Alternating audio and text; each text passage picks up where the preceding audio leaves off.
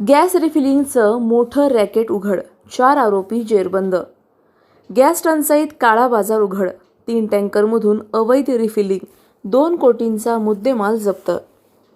अहिल्यानगर जिल्ह्यातील कामरगाव परिसरात गॅस टंचाईच्या काळात सुरू असलेल्या अवैध गॅस रिफिलिंगचं मोठं रॅकेट स्थानिक गुन्हे शाखेने उघडकीस आणलं आहे.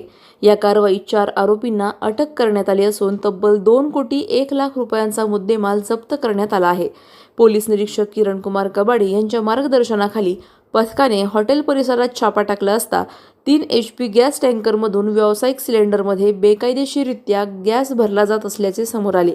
या धोकादायक प्रकारामुळे मोठा अपघात होण्याची शक्यता होती. आरोपींकडे कोणताही परवाना नसताना ते आर्थिक फायद्यासाठी हा व्यवसाय करत असल्याचे तपासात स्पष्ट झाले आहे. या कारवाई दरम्यान 57 ton gas, 3 gas tanker, cylinder, tempo आणि अन्य साहित्य असा मोठा मुद्देमाल जप्त करण्यात आला आहे. या प्रकरणी विविध कायद्याअंतर्गत गुन्हा दाखल करण्यात आला असून पुढील तपास सुरू आहे. ही संपूर्ण कारवाई पोलीस अधीक्षक सोमनाथ घारगे यांच्या मार्गदर्शनाखाली करण्यात आली आहे. प्रतिनिधी जाकीर शेख, अहिल्यानगर.